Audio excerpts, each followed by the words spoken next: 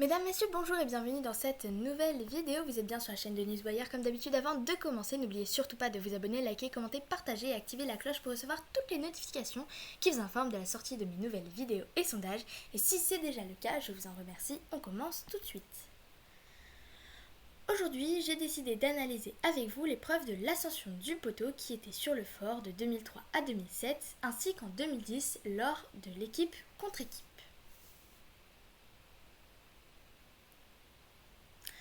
Sur cette photo de 2003, nous pouvons voir peu de choses et peu d'éléments puisque nous voyons juste un poteau et un candidat à l'extérieur du fort. Et on peut aussi imaginer que le candidat pose ses pieds sur quelque chose puisqu'on voit bien ses pieds avec le dessous du pied qui face à la mer en fait.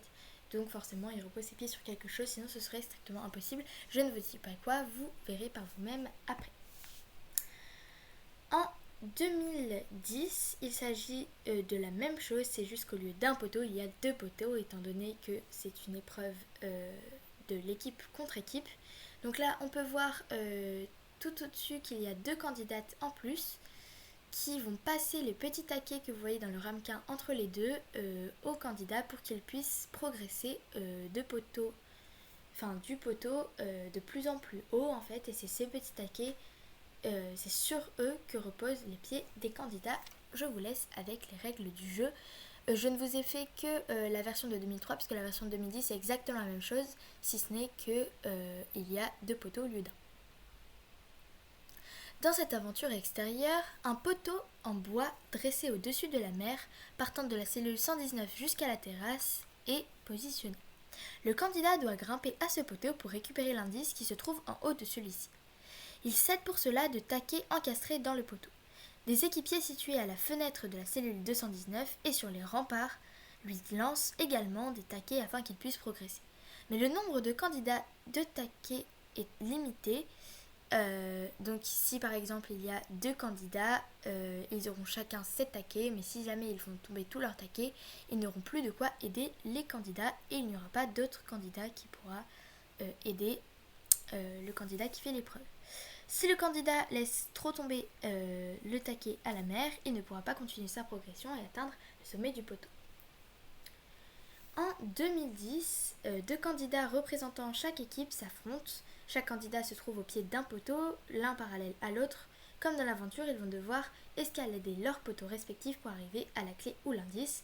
Pour évoluer sur leurs poteaux, deux de leurs équipiers qui se trouvent respectivement à la fenêtre de la cellule 219 et sur la terrasse vont leur lancer des taquets qu'ils emboîteront dans le poteau afin de monter dessus.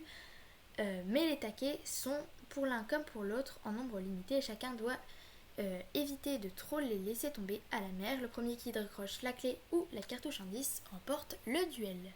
Compliqué, difficile. Bon, il a perdu un taquet, pour l'instant ça va. Oh, taquet, je suis moi, taquet en tout cas. Tu fatigues pas trop? Ouais, te fatigue pas, tiens. En tout cas, c'est vraiment bien ce qu'il fait. Je dirais même que c'est magnifique. Il progresse vraiment. Bien. Et très rapidement. C'est nickel. Super. Allez, ça va le Sympa faire. qu'il a fait. Et je crois qu'il est sapeur-pompier. Là, c'est nickel, t'as les boulons à la limite, là, pour t'aider. Voilà, t'as les boulons là. Et puis il a beaucoup de chance avec le temps. Tu vas Non mais tu sais, quand il y a beaucoup de vent, vu que le poteau est légèrement incliné, ce n'est pas un poteau droit. Cécilia, je t'avais pas vu revenir, ma belle, tu te sens mieux? Ouais, t'as eu un petit verre d'eau, tu te sens tranquille.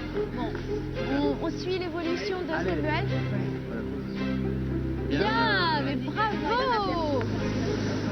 Vachement bien!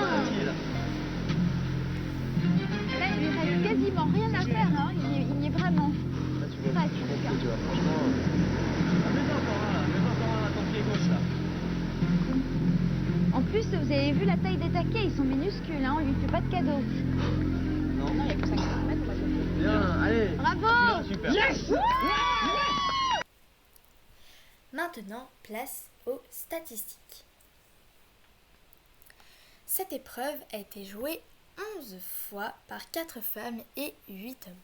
Il y a eu 7 échecs et seulement 3 réussites, ce qui nous fait un taux de réussite de 30%, ce qui est peu, mais ce qui est compréhensible par rapport à la complexité de cette épreuve. Du côté de son emplacement, cette épreuve est située à la cellule 119 extérieure, on va dire ça comme ça, puisque c'est de la cellule 119 et 219 et la terrasse que les candidats lancent les taquets, mais sinon lui il est situé complètement à l'extérieur du fort.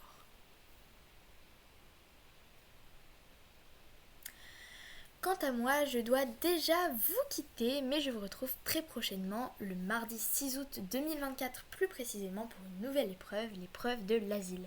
Mais ce n'est pas tout, car depuis quelques temps, si vous suivez ma chaîne, vous avez dû remarquer la présence de sondages qui sont accessibles depuis la partie communauté sur ma page.